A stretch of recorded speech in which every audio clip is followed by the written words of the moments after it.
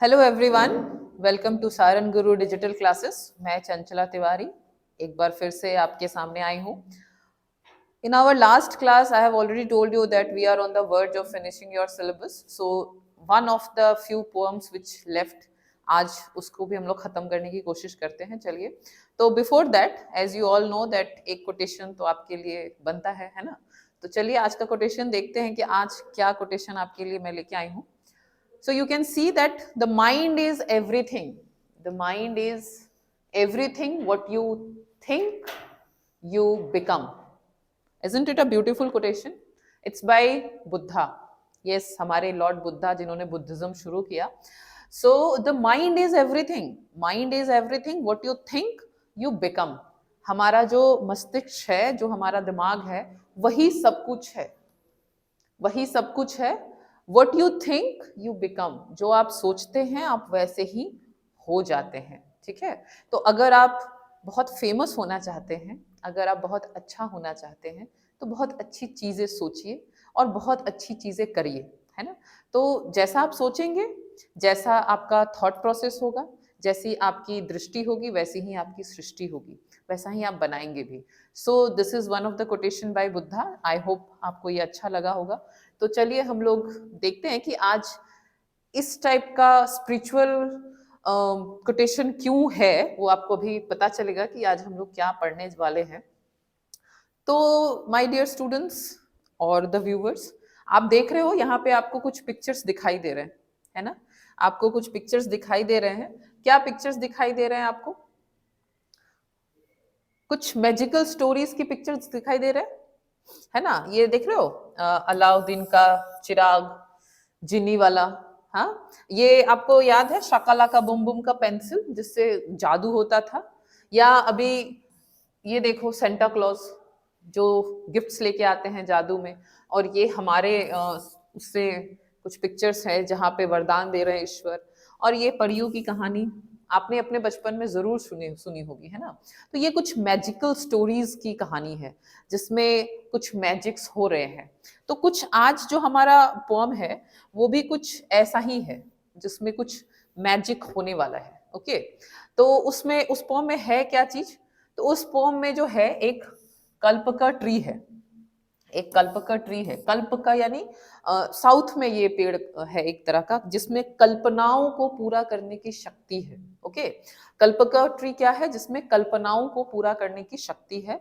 तो उस तरह की एक ट्री है. इस तरह का ये ट्री है. जैसे क्रिश्चियनिटी में हम लोग क्रिसमस ट्री को जानते हैं कि वो ट्री जो है सारे होली ट्री माना जाता है, पवित्र ट्री माना जाता है जो सारी इच्छाओं को पूरा करता है. उसी प्रकार बरगद के पेड़ की कुछ लोग पूजा करते हैं, कुछ लोग पीपल के पेड़ की पूजा करते हैं. उसी तरह साउथ में एक कल्पका ट्री है जो हमारी इच्छाएं हैं, जो हमारी कल्पनाएं हैं, जो हमारी इमेजिनेशन है, डिजायर्स हैं, उनको पूरा करने के लिए इस ट्री की लोग पूजा करते हैं और उनके सामने जाकर के अपने डिजायर्स को मांगते हैं. तो इसी ट्री से रिलेटेड एक पोएम है जो आज आप पढ़ोगे. ठीक है. तो इस वाले इमेज में आपको दिख रहा है कि ग्रीडी पीपल. अब ये ग्रीडी पीपल क्या होता है? ग्रीडी पीपल क्या होता है भाई? ग्रीडी का मतलब लालची, है ना. तो लालची लोग, आप ये इमेज देखो. हमें तो सिर्फ पैसों से ही प्यार है टाइप के लोग. ठीक है. जिनको सिर्फ और सिर्फ पैसे चाहिए और मोर एंड मोर पैसे चाहिए. ये नहीं कि बस खाने कमाने भर चाहिए, मतलब अनलिमिटेड चाहिए, कोई लिमिटेशन ही नहीं है. तो इस तरह के भी लोग होते हैं और इनको क्या झेलना पड़ता है वो भी आपको इस पोएट्री के थ्रू पता चलेगा. तो आपको अभी तक तो पता चल ही गया होगा कि कौन सी पोएट्री की बात हो रही है. तो जो पोएट्री आप आज पढ़ने वाले हो उस पोएट्री का, उस पोएम का नाम है द एम्प्टी हार्ट. ओके. उस पोएम का नाम है द एम्प्टी हार्ट. ये देखो EMPTY है, तो यहाँ पे इसको एम्प्टी पढ़ना है. एम्प्टी, यहाँ जो ये पी है इसको साइलेंट कर देना है. यहाँ पे इस पी को एम्प्टी नहीं पढ़ना है. ये है एम्प्टी हार्ट. ओके.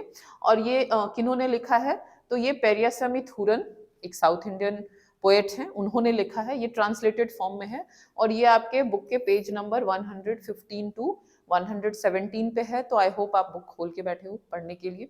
तो ये आप बुक के साथ ही पोएम को देखो और एम्प्टी हार्ट ये इसका प्रोनाउंसिएशन आप याद रखिए. ओके. चलिए अब देखते हैं कि इस पोएम में है क्या. तो सबसे पहले हम लोग पोएट के बारे में बात कर लेते हैं, because always I use to tell you कि आपके बुक के जो बेसिक इन्फॉर्मेशंस हैं पोएट के बारे में, राइटर के बारे में, ऑथर के बारे में, उनके बारे में कुछ ना कुछ 2-3 क्वेश्चंस जरूर आते हैं। तो आप हमेशा पोएट और पोएट्री दोनों का नाम याद करिए सिंक्रोनाइज करके कि कौन किस पोएट ने कौन सी पोएट्री लिखी है। 2-3 नंबर तो इसी में आते हैं, पोएट्री भी और चैप्टर्स भी।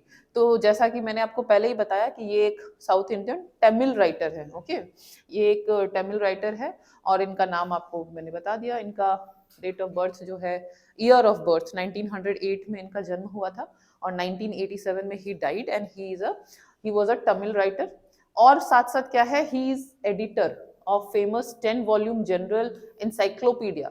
एनसाइक्लोपीडिया क्या होता है, जैसे डिक्शनरी होती है ना, जहाँ पे डिक्शनरी में क्या होता है, बहुत से वर्ड्स होते हैं और बहुत से वर्ड्स के मीनिंग्स भी होते हैं। और एनसाइक्लोपीडिया इज लाइक पूरी दुनिया का वर्ड होगा या उस विषय पे पूरी नॉलेज जो भी उसमें होगी उसको हम लोग एनसाइक्लोपीडिया बोलते हैं। जैसे अगर इंग्लिश का कोई एनसाइक्लोपीडिया होगा तो इंग्लिश का नहीं होगा, इंग्लिश में कोई टॉपिक होगा, कोई राइटर होगा, कोई ऑथर होगा, कोई ऐसा फ्रेज होगा, उसके बारे में जितनी दुनिया में इंफॉर्मेशन अवेलेबल है वो एक जगह कलेक्ट करके उसको हम लोग एनसाइक्लोपीडिया में कन्वर्ट करते हैं। तो he is editor of famous 10 volumes, एक दो नहीं, 10 वॉल्यूम जनरल एनसाइक्लोपीडिया इन तमिल, काल्की, कलाई एंड कजाइनिया। ये 3 शब्द या नॉलेज ऑफ स्ट्रक्चरल नॉलेज है जिसके बारे में इन्होंने पूरा 10 वॉल्यूम में एनसाइक्लोपीडिया बनाया है। तो he is a great writer actually.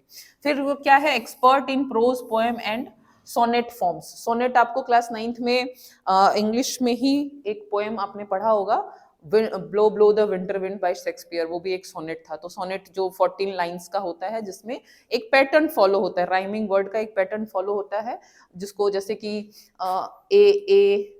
A B C इस तरह से। तो ए क्या हुआ कि हर 2 लाइन जो है उसके दोनों लास्ट के वर्ड्स राइम करेंगे, wind, blow blow the winter wind, फिर वाइंड के साथ चाइंड, काइंड, इस तरह 2 वर्ड अगर राइम कर रहे हैं 2 लाइन में तो वो ए के फॉर्मेट में है।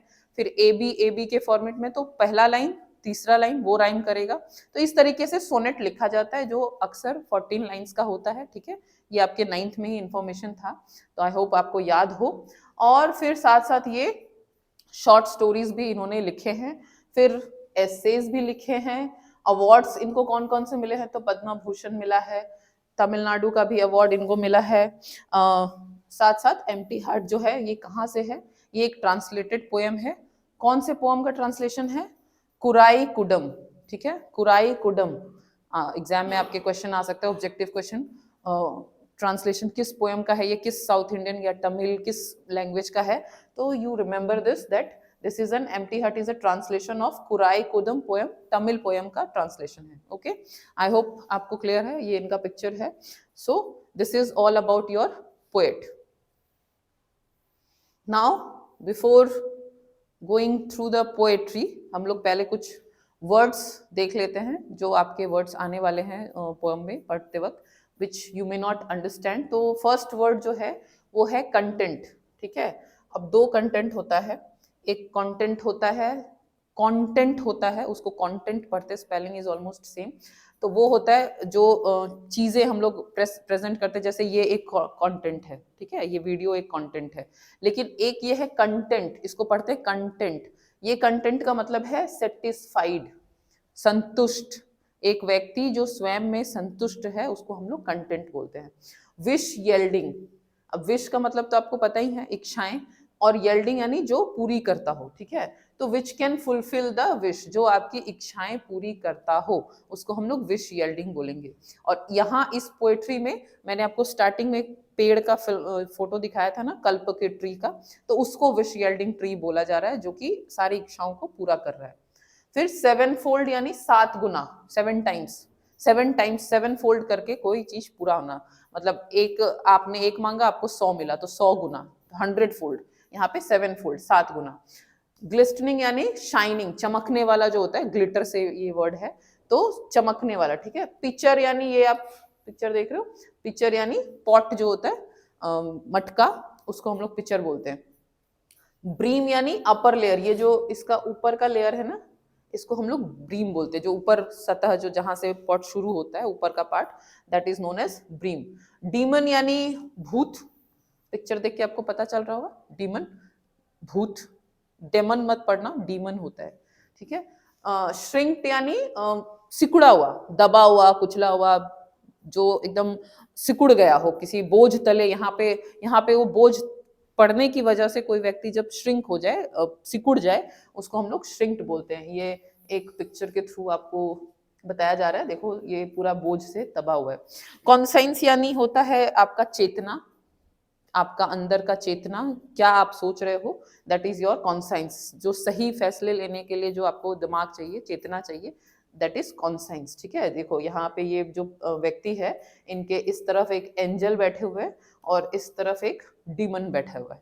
अब ये क्या डिसाइड करेंगे, दोनों की बातें सुनते रहते हैं हम लोग हर समय। एक मन कहता है कि अरे छोड़ो, क्या लगा है, थोड़ा रुपया ले ही लेंगे तो क्या हो जाएगा, मम्मी के पर्स से थोड़ा पैसे ले ही लेंगे तो क्या हो जाएगा। दूसरा दिमाग कहता है नहीं नहीं, ये चोरी पाप होती है, नहीं करना ऐसा। तो आप उस समय कौन सा फैसला लेते हो, that will depend upon your conscience, ठीक है। तो ये कॉन्साइंस यानी आपका चेतना। ईगर यानी बहुत ज्यादा बेचैन होना। एंशियस भी सेम चीज है। ईगर पॉजिटिव सेंस में भी हो सकता है, नेगेटिव सेंस में भी हो सकता है, कि किसी काम को करने की आपकी क्या बेचैनी है, that is anxious and eager both.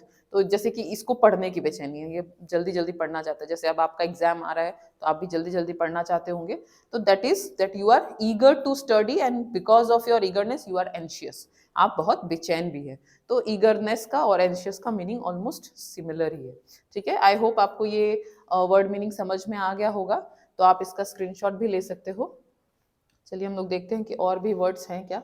Yes, there are few more words, ज़्यादा नहीं है, बहुत सारे डिफिकल्ट वर्ड्स इसमें नहीं था। रैक यानी ये जो ये शिप आप देख रहे हो, ये दो हिस्से में टूट गया ना, यहाँ अलग है और यहाँ अलग है, तो ये रैक टूट गया, इसको कहते हैं रैक होना, ठीक है। Clutch, taking something into control, clutch में लेना, गाड़ी में क्लच होता है जैसे, तो कंट्रोल में लेने को हम लोग क्लच कहते हैं, taking something into control. Void यानी खालीपन, किसी के नहीं होने से जो गैप हो जाए, एम्प्टीनेस आ जाए, दैट इज वॉइड। होलोनेस आ जाए, वहां पे कुछ नहीं है, खालीपना जो होता है, that is called void, okay. अब हम लोग इसके आगे जो है फाइनली अपने पोएम पे आ जाते हैं कि क्या कह रहा है पोएम, ठीक है। आप ये पेड़ देख रहे हो, इसमें पिक्चर देख रहे हो ना, यही है कल्प का ट्री। तो और साथ में ये भी इमेज देख लो, जो पिक्चर था ना word, that is this is a picture, और ये जो यहाँ पे ये भरा हुआ है, दिस इज बीम, ठीक है। तो पोएम क्या है, the man was rich, the man was rich but not content, the man was rich but not content, morning, noon, and night he went to the wish-yielding tree and prayed. O Kalpaka, I seek your aid. All I want is a pot of gold. His prayers was granted sevenfold, for as a gift to him was given glistening gold in pitchers seven. 7 silver pitchers were now with him, each with gold coins filled to the brim. But the tree unkind took into its mind to add and ate a half full pot. इसके बाद भी है, but पहले हम लोग first वाले stanza को समझ लेते हैं। तो क्या कह रहा है, द मैन वॉज रिच, है ना, the man was rich, man कैसा है, मैन मनुष्य, रिच अमीर, ठीक है, बट नॉट कंटेंट, कंटेंट मैंने आपको क्या बताया था, जो संतुष्ट नहीं है, ठीक है। मैन बहुत अमीर है बट क्या नहीं है, संतुष्ट नहीं है। एंड वो क्या कर रहा है संतुष्ट नहीं होने के कारण, morning, noon and night he went to the wish yielding tree and prayed, सुबह शाम रात दिन रात वो कहाँ जा रहा है, विश यील्डिंग ट्री के पास। विश यील्डिंग याद है ना, जहां पे इच्छाएं पूरी होती हैं, तो वो उस कल्पक ट्री के पास जा रहा है और क्या कर रहा है, ओ कल्पक, ये जो पेड़ के पास जाकर के वो पूजा कर रहा है और बोल रहा है, ओ कल्पक, आई सीक योर एड, मैं आपसे मदद चाहता हूं, एड यानी मदद, ठीक है। क्या मदद चाह रहा है, all I want is a pot of gold, क्या चाहिए मुझे, मुझे कुछ नहीं चाहिए, बस एक सोने से भरा हुआ पॉट चाहिए, बस ज्यादा कुछ नहीं चाहिए।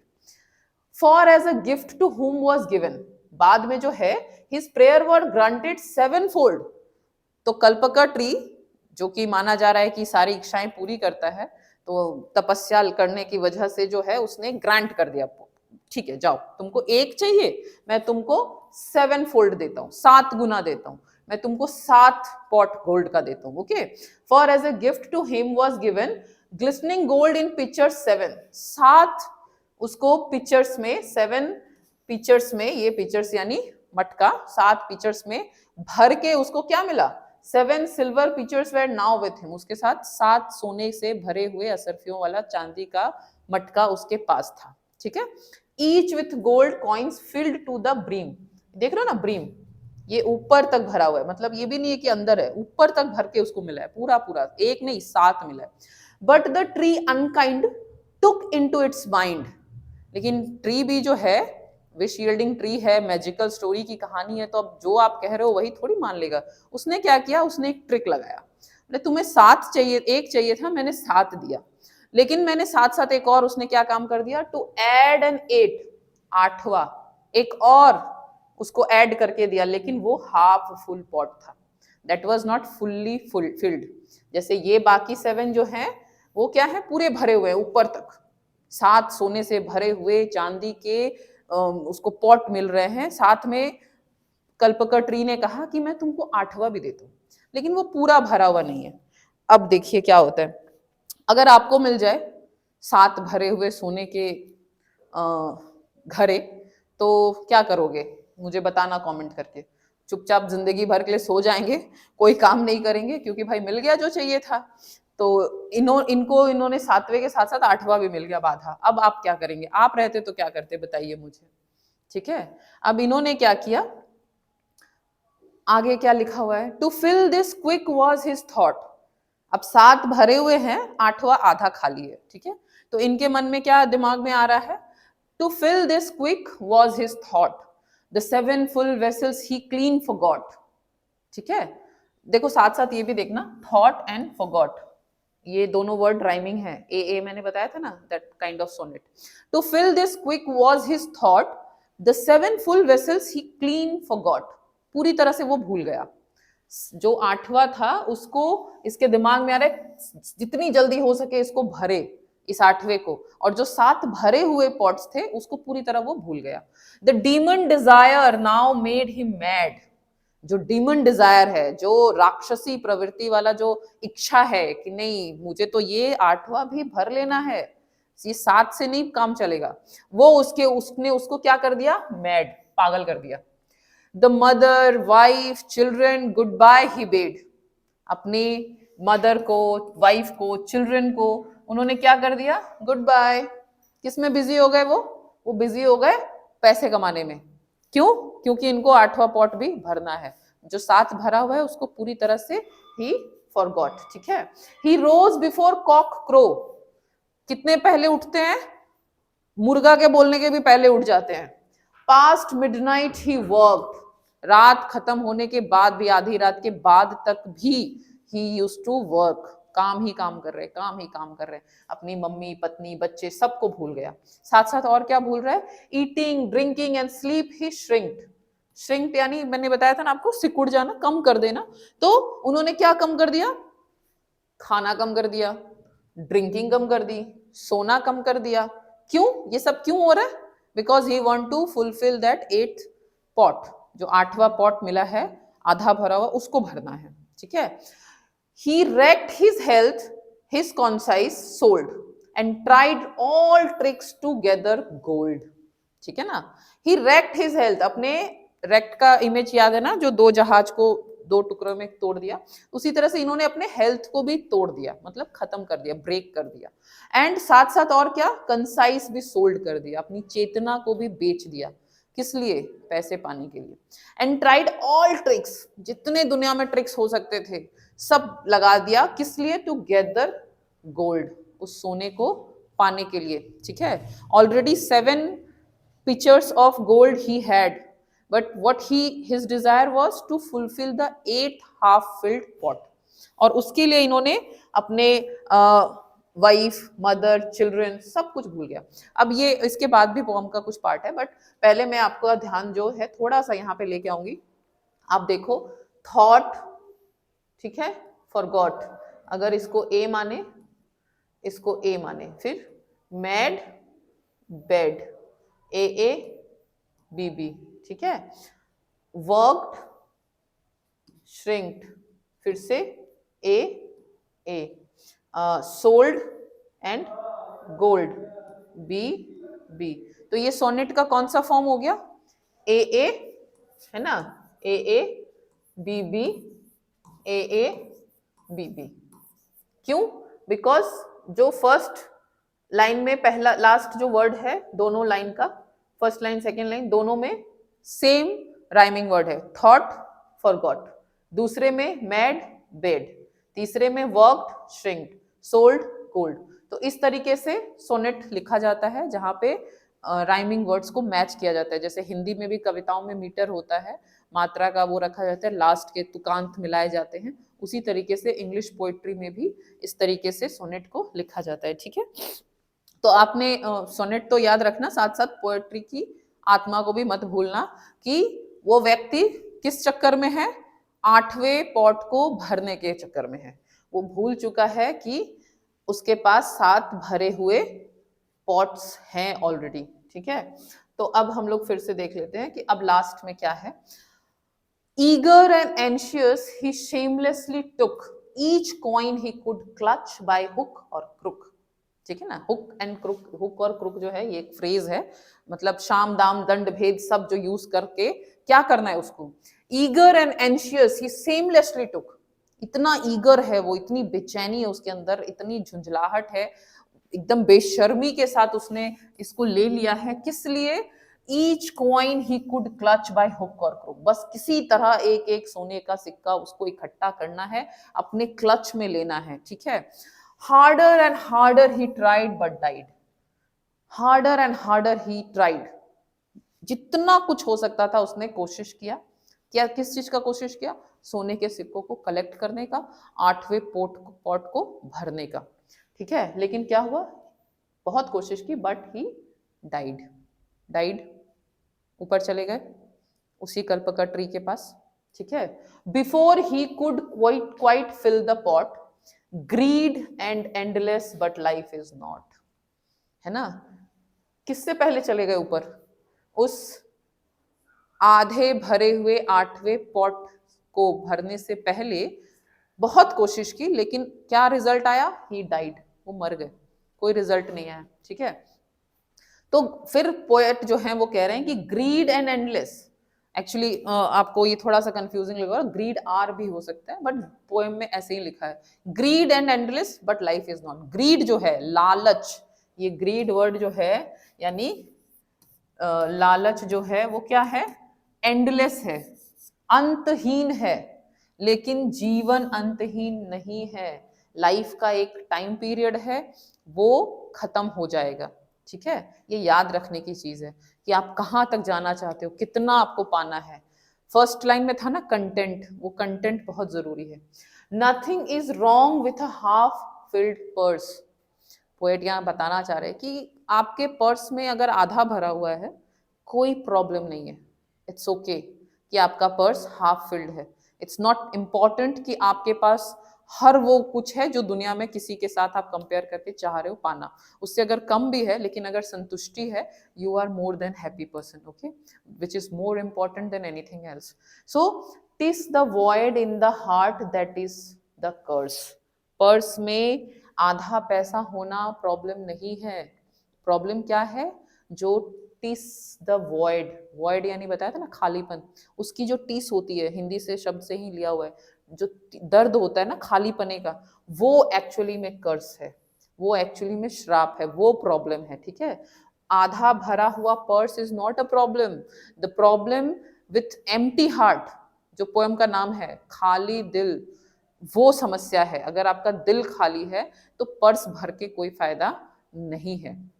आई होप आपको ये पोम समझ में आया, और बहुत इंपॉर्टेंट है फॉर योर लाइफ ऑल्सो कि हम लोग बहुत, अभी आपके बोर्ड्स के एग्जाम्स आ रहे हैं तो हो सकता है कि आपका एक्सपेक्टेशन हो कि मुझे 95% मार्क्स मिले, बट ठीक है आप 95% मार्क्स लाने के लिए बहुत प्रयास कर रहे हैं, बहुत मेहनत कर रहे हैं, लेकिन अगर 80% भी आता है तो उसमें भी संतुष्ट होइए। इट्स नॉट इम्पॉर्टेंट कि आपको कितने मार्क्स आ रहे हैं, इट्स इम्पॉर्टेंट कि आपने उस मार्क्स को पाने के लिए कितनी ईमानदारी से कोशिश की है। वो ईमानदारी से जो कोशिश है, वो कोशिश आपको संतुष्ट करना चाहिए, उससे आपको संतुष्टि मिलनी चाहिए, ना कि किसी मार्क्स से। बिकॉज मार्क्स तो 100 तक है ना, तो वहां तक भी मिल जाए तो भी वो भी उसका भी इच्छा हो सकती है। तो इसीलिए आप जो है इसको याद रखना कि ग्रीड एंड एंडलेस, ग्रीड जो है, लालच जो है वो अंतहीन है, बट जीवन अंतहीन नहीं है। That is more important to learn and to remember also. ठीक है, चलिए हम लोग देखते हैं कि इस पोएट्री में ओवरऑल क्या पोएट ने कहने की कोशिश की है। ये बहुत ही एक लर्निंग वाला पोएम है, जिससे आपको बहुत जीवन की कुछ, हर कविता जो है, हर कहानी जो है, आपको कुछ सिखाने की कोशिश करती है। तो ये कविता स्पेशली जो है आपके लाइफ के इस मोड़ पे कंटेंटमेंट सिखाने की कोशिश कर रही है। बिकॉज आप लोग 10th में हो, एक एज है जहां आपको दुनिया पा लेने की कोशिश है, इच्छा है, लेकिन वो कहाँ तक होनी चाहिए, वो उसका दायरा जो है वो सेट करने की कोशिश इस पोएम के थ्रू की गई है। ठीक है, तो यहाँ पे क्या है, one must differentiate between need, wants and desire. एक व्यक्ति के अंदर ये समझ जरूर होनी चाहिए कि उसके जो नीड है, ठीक है, नीड यानी जरूरतें, विच इज बेसिक, लाइक रोटी कपड़ा मकान is need, without that you can not survive. खाना कपड़ा आपको चाहिए, रहने की जगह चाहिए, उसके बिना आप नहीं रह पाओगे, तो that is your need. Wants क्या है, इच्छाएं आपकी, जरूरतें क्या है, वांट्स क्या है, क्या क्या आपको चाहिए, चाहत क्या क्या है आपकी। ठीक है, तो चाहत बहुत कुछ हो सकता है, जैसे कि अच्छे मार्क्स लाने की चाहत हो सकती है, अच्छा जीवन जीने की चाहत हो सकती है, which is very good, you must have that want. And desire, इच्छाएं, हरि अनंत हरि कथा अनंता, डिजायर्स का कोई एंड नहीं है, कोई सीमा नहीं है, कोई लाइन नहीं है कि कहाँ तक वो जा सकता है। साइकिल है तो बाइक चाहिए, बाइक है तो कार चाहिए, कार है तो बीएमडब्ल्यू चाहिए, बीएमडब्ल्यू है तो अपना जेट चाहिए, अपना जेट है तो अपना हेलीपैड चाहिए, तो उसकी कोई सीमा ही नहीं है ना। तो there is no end of desires. तो वन मस्ट डिफरेंशिएट कि इन तीनों में हम कहाँ तक जा सकते हैं और कहाँ तक हमारी कैपेबिलिटी है, हमारा कॉन्साइंस, हमारा जो चेतना है, वो हमें कहाँ तक वो सही तरीके से हमें गाइड कर सकता है, जो हम पा सकते हैं। ठीक है, फिर क्या है, रिचनेस कैन नॉट अश्योर और गारंटी कंटेंट। रिचनेस जो है, पैसे का होना, अमीरी जो है, वो आपको अश्योर नहीं करता, वो कोई गारंटी नहीं देता, बिल्कुल भी ये नहीं कहता कि आप खुश संतुष्ट होंगे, सुकून आपके जीवन में कोई भी रिचनेस गारंटी नहीं कर सकता। उसके लिए अंदर से आपका सुकून ही आपको शांति दे सकता है। किसी काम को करने की इच्छा कितनी है, वो आप उसके ऊपर अमीरी पे ये डिपेंड नहीं करता कि आप कितने खुश होंगे। ठीक है, फिर क्या है, one should work very hard for peace, not for satisfying their greed. ये बहुत इंपॉर्टेंट है कि आपको अपने पीस के लिए काम करना है, शांति के लिए काम करना है। आप खूब पढ़िए, खूब मेहनत करिए, खूब नंबर लाइए, ताकि आपको संतुष्टि मिले, ना कि किसी लालच में कि किसी और ने ये किया है तो उसको ये मिला, इसलिए मुझे भी करना है। दिस कंपेयरिंग नेचर जो है ना, this is the problem where you lost your contentment. आप वहां अपनी संतुष्टि खो देते हैं। अपने आप में एक सेटिस्फेक्शन, अपने काम में एक satisfaction is very important. Lastly, greed and are endless but life is not. जो पोएम में भी कहा गया है कि जो लालच है वो एंडलेस है। ठीक है, उसका कोई अंतहीन है, लालच कोई अंत नहीं है, लेकिन लाइफ का अंत है। एक लाइफ स्पान हमें पता है कि 70 year, 60 year, 80 year, 90 year, 100 year, जो भी आप मैक्सिमम एक लाइफ जी सकते हो, उसमें ही आपको अपने सारे कामों को करना है, संतुष्टि भी पाना है, खुश भी रहना है ना। तो लालच कितना तक करोगे, कहाँ तक लेके जाओगे। उसके पास 7 पॉट्स फिल्ड गोल्ड थे, 7 भरे हुए गोल्ड थे। What you have is more important that what you don't have. तो हैव और हैव नॉट्स का जो है, आप इसको, इसके लिए ग्रेटिट्यूड रखिए कि आपके पास क्या है, उसको देखिए, ना कि आपके पास क्या नहीं है उसके चक्कर में उसने अपनी माँ, अपनी पत्नी, अपने बच्चों, सबसे वो दूर हो गया, अपने शरीर को खत्म कर लिया, मर भी गया, लेकिन वो पॉट भरा नहीं। तो उसका कोई सीमा नहीं है। ये सिंबॉलिक पोएट्री आपको यही बताने की कोशिश कर रही है। ठीक है, चलिए हम लोग एक राइमिंग रेस करते हैं। आपको मैंने बताया ना राइमिंग वर्ड्स क्या हैं, जो लास्ट के वर्ड मैच करते हैं, दैट इज राइमिंग वर्ड।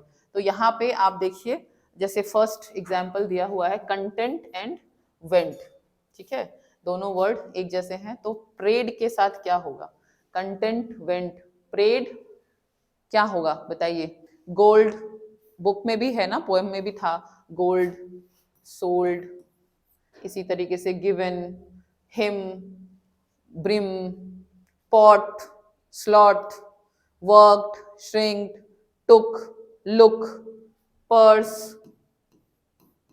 तो आप इस तरीके से इसको कंप्लीट करिए, कुछ वर्ड्स मैंने लिख दिए, आप बाकी को कंप्लीट करिए। Okay, this will be your homework, rhyming words. आप खुद भी पोएट्री लिख सकते हो अगर आपको राइमिंग वर्ड लिखना आ जाए। अब हम लोग चलिए थोड़ी सी रिवीजन कर लेते हैं जो क्वेश्चंस इससे आ सकते हैं आपके एग्जाम्स में। The rich man was not, क्या होगा, आप पोअम पढ़िए और उससे आंसर लिखिए। The rich man was not content, मैं बोल रही हूँ, लिखूंगी नहीं बिकॉज आप देख लोगे। The man had dash full of gold coin pictures, कितने उसके पास भरे हुए गोल्ड पिक्चर्स थे, याद ही होगा आपको, 7, है ना, 7 भरे हुए थे। The phrase representing the cunningness of man is, कौन सा फ्रेज उसमें, कनिंगनेस यानी कि दुष्टता, मतलब चतुर्य, आपने वो एक आया था ना फ्रेज, मैंने बोला भी था, बाय हुक और by crook, that phrase represents the cunningness of a man, कि बस किसी तरह मुझे ये पाना है, बाय हुक मतलब शाम दाम दंड भेद कुछ भी लगा करके, चाहे चोरी करना पड़े चाहे डाका डालना पड़े, बट मुझे फिल करना है। What is the curse of people in real sense, वास्तविकता में कर्स क्या है, श्राप क्या है, तो not to be content is really curse. What is endless, क्या एंडलेस है, बताया ही है आपको, बहुत बार बताया है, क्या है, ग्रीड, है ना। What did the man sold to fill the 8 vessels, उस मनुष्य ने क्या बेच दिया, उस 8वें पॉट को फिल करने के लिए क्या बेचा था, कंसाइंस, अपनी चेतना बेच दी, अपनी आत्मा बेच दी, जो सही का निर्णय करने की क्षमता है वो बेच दी, क्योंकि वो बेईमानी करने पे उतर गया था। ठीक है, आई होप आपको ये पोएम अच्छा लगा होगा। और लास्ट में, this is for you to learn, it is possible to satisfy your need, it is impossible to satisfy your greed. ठीक है, क्या पॉसिबल है सेटिस्फाई करना, संतुष्टि, क्या पॉसिबल है, आपकी जरूरतों को पूरा करना पॉसिबल है, सेटिस्फाई करना नीड को पॉसिबल है, लेकिन ग्रीड को सेटिस्फाई करना इज ऑलमोस्ट इम्पॉसिबल। लालच को पूरा नहीं किया जा सकता, आपकी आवश्यकताएं पूरी हो सकती हैं।